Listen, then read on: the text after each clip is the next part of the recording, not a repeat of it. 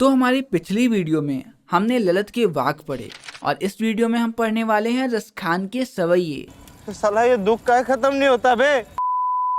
यूं तो रसखान जी का जन्म 1548 में दिल्ली के आसपास हुआ था, लेकिन श्री कृष्ण का प्रेम उन्हें कुछ ऐसे दीवाना बना लिया कि वो दिल्ली छोड़ श्री कृष्ण की धरती ब्रिज भूमि में आ बसे और यहीं पे उन्होंने श्री कृष्ण के प्रेम में लगभग 200 सवैयों की रचनाएं की, जिनमें से 4 सवैये हम हमारे इस चैप्टर में लाइन बाय लाइन और वर्ड बाय वर्ड पढ़ने और समझने वाले हैं। तो हमारे पहले सवैये में रसखान जी बताते हैं कि ब्रिज भूमि के कड़ कड़ में श्री कृष्ण का वास है, इसीलिए वो कहते हैं कि अगर मुझे अगला जन्म मनुष्य के रूप में मिले तो वो गोकुल के ग्वालों के बीच जन्म लेना चाहेंगे। अगर उनका जन्म पशु के रूप में हो तो वो श्री कृष्ण की गाय के रूप में जन्म लेना चाहेंगे, और अगर उनका जन्म पत्थर के रूप में हुआ तो वो गोवर्धन पर्वत का पत्थर बनना चाहेंगे जिसे श्री कृष्ण ने अपनी उंगली में उठाया था। और अगर उनका जन्म किसी पक्षी के रूप में हुआ तो वो कहते हैं कि मैं उस पेड़ में अपना बसेरा बनाऊंगा जहां बैठ श्री कृष्ण बांसुरी बजाया करते थे। तो इन्हीं बातों को रसखान जी पहले पैराग्राफ में सवैये के रूप में बताते हैं, और पहले सवैये की पहली पंक्ति में वो कहते हैं, मानुष है तो वही रस खाना। मतलब रसखान जी कहते हैं अगर अगले जन्म में मुझे मनुष्य का जीवन मिले तो हे प्रभु बसे मिले गोकुल गांव के ग्वारन। बसो मतलब बसना चाहूंगा और ग्वारन मतलब होता है ग्वाल बालों के बीच में। अर्थात हे श्री कृष्ण अगर अगले जन्म में मुझे मनुष्य का जीवन मिले तो मैं ग्वाल बालों के बीच जन्म लेना चाहूंगा। जो पशु है तो कहाँ बस मेरो, और अगर मेरा जन्म पशु के रूप में हो तो हे प्रभु चरो नित नंद की घेनु मंझारन।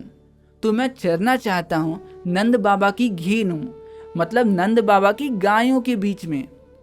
पाहन है तो वही गिरी को, और अगर मेरा जन्म पहान मतलब पत्थर के रूप में भी हुआ तो मुझे वही गिरी मतलब उसी पहाड़ का पत्थर बनाना जो धरियो कर छत्र पुरंदर कारण, जिसे श्री कृष्ण ने एक उंगली में धरकर सारे ब्रिजवासियों को इंद्र के प्रकोप से बचाया था।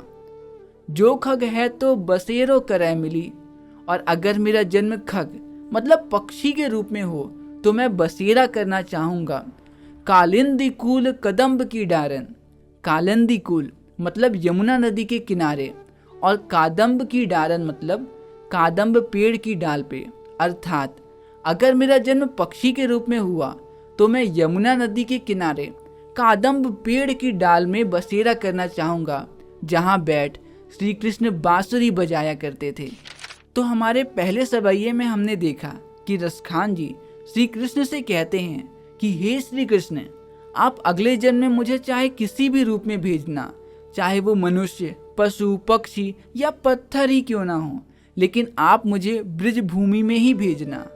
तो वहीं अगले सवैये में रसखान जी कहते हैं कि ग्वालों की लाठी और कंबल के लिए अगर उन्हें तीनों लोगों का राज भी त्यागना पड़े तो वो खुशी खुशी त्याग देंगी। वे इसके लिए योग की कठिन तपस्या से मिलने वाली 8 सिद्धि और 9 निधियों का सुख भी छोड़ने को तैयार हैं।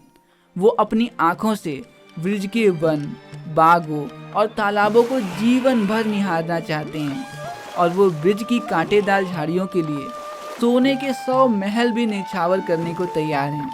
तो इन्हीं बातों को रसखान जी हमारे दूसरे पैराग्राफ में सवैये के रूप में बताते हैं, और वो हमारे दूसरे सवैये की पहली लाइन में कहते हैं, या लकुटी अरु कामरिया पर। लकुटी मतलब होता है लकड़ी और कामरिया मतलब कंबल। मतलब हे श्री कृष्ण मैं ग्वाल बालों की लकड़ी और कंबल के लिए राज तिहुपुर को ताजी डारे। तिहुपुर मतलब तीनों लोक और ताजी डारे मतलब त्याग दूंगा।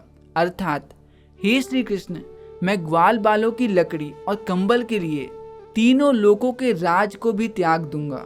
8 सिद्धि 9 निधि को सुख, और योग के अंतिम चरण में जो 8 सिद्धि और 9 निधियों से प्राप्त करके सुख मिलता है मैं उन्हें भी त्याग दूंगा। नंद की घेनु चराए बसारे। नंद बाबा की घेनु मतलब श्री कृष्ण के पिता नंद बाबा की गाय के बीच चरने के लिए। अर्थात हे श्री कृष्ण, मैं नंद बाबा की गायों के बीच चरने के लिए योग के अंतिम चरण से मिलने वाले 8 सिद्धि और 9 निधियों के सुख को भी त्याग दूंगा। रसखान कबै इन आँखिन सो। रसखान जी कहते हैं, मैं तो इन आंखों से सिर्फ और सिर्फ ब्रज के वन बाग तड़ाग निहारे, ब्रज के बाग बगीचे और वनों को निहारना चाहता हूँ। कोटिक हूँ कल धौत के धामा। यहाँ पे कोटिक मतलब है करोड़ों और धाम मतलब महल। मतलब हे प्रभु, मैं तो करोड़ों महलों को निछावर करने को तैयार हूँ। करील की कुंजन ऊपरी वारे। करील मतलब कांटेदार और कुंजन मतलब झाड़ियाँ। अर्थात हे श्री कृष्ण, मैं तो ब्रज भूमि के कांटेदार झाड़ियों के लिए करोड़ों महलों को भी न्यौछावर करने को तैयार हूँ। तो हमारे इस सवैये में रसखान जी कहते हैं कि ग्वालों की लाठी और कंबल के लिए अगर उन्हें तीनों लोकों का राज भी त्यागना पड़े तो वो त्याग देंगे। वे इसके लिए 8 सिद्धि और 9 निधियों का सुख भी छोड़ने को तैयार हैं। वो अपनी आंखों से ब्रज के वन, बागों और तालाब को जीवन भर बस निहारना चाहते हैं। और तो और वो ब्रज की कांटेदार झाड़ियों के लिए सोने के महल भी निछावर करने को तैयार हैं। तो वहीं हमारे तीसरे सवैये में रसखान जी गोपियों के बारे में बताते हुए कहते हैं कि श्री कृष्ण गोपियों को इतने ज़्यादा पसंद आते हैं कि वे उनके लिए कुछ भी करने को तैयार हैं। गोपियाँ कहती हैं कि वो सिर के ऊपर मोर पंख भी रख लेंगी, गुंजों की माला भी पहन लेंगी, पीले वस्त्र धारण कर वन में गायों और ग्वालों के संग भ्रमण भी कर लेंगी। लेकिन हाँ, वो मुरलीधर के होठों से लगी बांसुरी को अपने होठ से नहीं लगाएंगी, क्योंकि वो श्री कृष्ण की बांसुरी से बहुत जलती हैं। और इन्हीं बातों को रसखान जी हमारे तीसरे पैराग्राफ में सवैये के रूप में बताते हैं। तो हमारे तीसरे सवैये की पहली लाइन में गोपियाँ कहती हैं, मोर पखा सिर ऊपर राखी हूँ। मतलब श्री कृष्ण के लिए हम सर में मोर के पंख भी लगा सकते हैं। गूंज की माल गले पहिरेंगी और गले में गूंज की माला भी पहन लेंगे। ओढ़ पीताम्बर लै लकुटी। यहाँ पर पीताम्बर मतलब है पीले वस्त्र और लकुटी मतलब लकड़ी। मतलब हम तो श्री कृष्ण के लिए पीले वस्त्र भी पहन लेंगे और ग्वालों की तरह हाथों में लाठी भी पकड़ लेंगे। बन गोधन ग्वार निसंग फिरेंगी। गोधन मतलब गाय चराने वाले और ग्वार निसंग मतलब ग्वालों के संग। अर्थात गोपियाँ कहती हैं, हम पीले वस्त्र पहनकर और हाथों में लकड़ी लेकर ग्वालों के संग घूमते हुए गाय भी चरा लेंगे। भाव तो वो ही मेरो रस खानी। भाव तो मतलब भाता है। तो रसखान जी बताते हैं, गोपियाँ कहती हैं जो भी श्री कृष्ण को भाता है सो तेरो कहें सब स्वाग करेंगी। स्वाग मतलब होता है श्रृंगार। मतलब हम वो सारे स्वाग मतलब हम वो सारे श्रृंगार कर लेंगे। अर्थात गोपियाँ कहती हैं हम वो सारे श्रृंगार करेंगी जो श्री कृष्ण को भाता है। या मुरली मुरलीधर की अधरान। लेकिन ये जो मुरलीधर श्री कृष्ण की मुरली है जो उनके अधरान मतलब उनके होठों को छूती है, धरी आधार न धरेंगी, इसे हम अपने होठों पे नहीं रखेंगी। तो हमारे इस तीसरे सवैये में रसखान जी गोपियों के बारे में बताएं कि श्री कृष्ण गोपियों को इतने ज़्यादा पसंद आते हैं कि वे उनके लिए कुछ भी करने को तैयार हैं।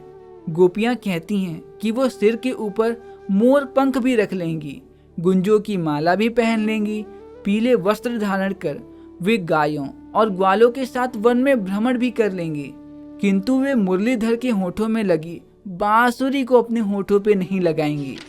तो वहीं हमारे अगले सवैये में रसखान जी बताते हैं कि गोपियाँ श्री कृष्ण के प्यार में डूब चुकी हैं, लेकिन वो अपने इस प्यार को छुपाने का प्लान बताते हुए कहती हैं कि जब श्री कृष्ण मुरली की मधुर धुन बजाएंगे तो हम अपने कानों में उंगली डाल लेंगे ताकि हमें वो मधुर संगीत सुनाई ही ना दे। लेकिन फिर वो ये भी कहती हैं कि चाहे हमें ब्रजवासी कितना भी क्यों न समझा लें, लेकिन हम श्री कृष्ण को मुरली बजाते देख अपनी मुस्कान रोक नहीं पाएंगी।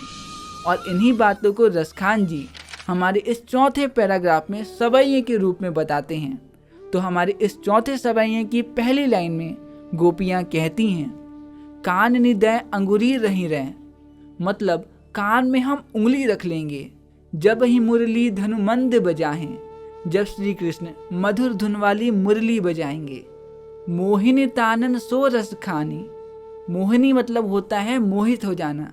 तो रसखान जी बताते हैं कि गोपियां कह रही हैं कि श्री कृष्ण की मुरली चाहे कितनी भी मोहित करने वाली क्यों ना हो, अटा चढ़ी गोघुन गाहे पे गाहे। अटा मतलब होता है अटारी, मतलब ऊंचाई पे। गोघुन मतलब एक प्रकार का गीत, और गाहे मतलब गाएं। मतलब श्री कृष्ण ऊंचाई पे चढ़कर गोघुन गीत गाएं तो गाएं। अर्थात गोपियां कह रही हैं चाहे श्री कृष्ण की मुरली कितनी भी मोहित करने वाली क्यों ना हो, या वो ऊंचाई पे चढ़कर गोघुन गाएं तो गाएं, मैं अपने कानों से उंगली नहीं हटाऊंगी। तेरी कहे सिगरे ब्रिज लोगनी, सिगरे मतलब होता है सारे के सारे, और ब्रिज लोगनी मतलब ब्रिज के लोग। मतलब गोपियां कहती हैं मैं सारे के सारे ब्रिज के लोगों को ये पहले ही बता देती हूँ, काल ही कोई कितनों समझाएं। मतलब कल कोई मुझे कितना भी समझा दे, मैं समझने वाली नहीं। माई रीवा मुख की मुस्कान, मतलब मेरी वो मुख की मुस्कान संभारी न जाहे न जाहे न जाहे, मैं नहीं संभाल पाऊंगी, नहीं संभाल पाऊंगी, नहीं संभाल पाऊंगी। तो हमारे इस सभाए में हमने गोपियों का प्लान सुना, जो कहती हैं जब श्री कृष्ण मुरली बजाएंगे तो हम अपने कानों में उंगली रख लेंगे, फिर चाहे वो कितनी भी ऊंचाई में चढ़कर गोगन ही क्यों न गाएं। लेकिन बाद में वो ये भी कहती हैं कि मैं सारे ब्रिजवासियों को ये पहले ही बता देती हूँ कि चाहे मुझे आप कितना भी समझा लो, लेकिन श्री कृष्ण को बांसुरी बजाते देख मैं अपनी मुस्कान नहीं रोक पाऊंगी।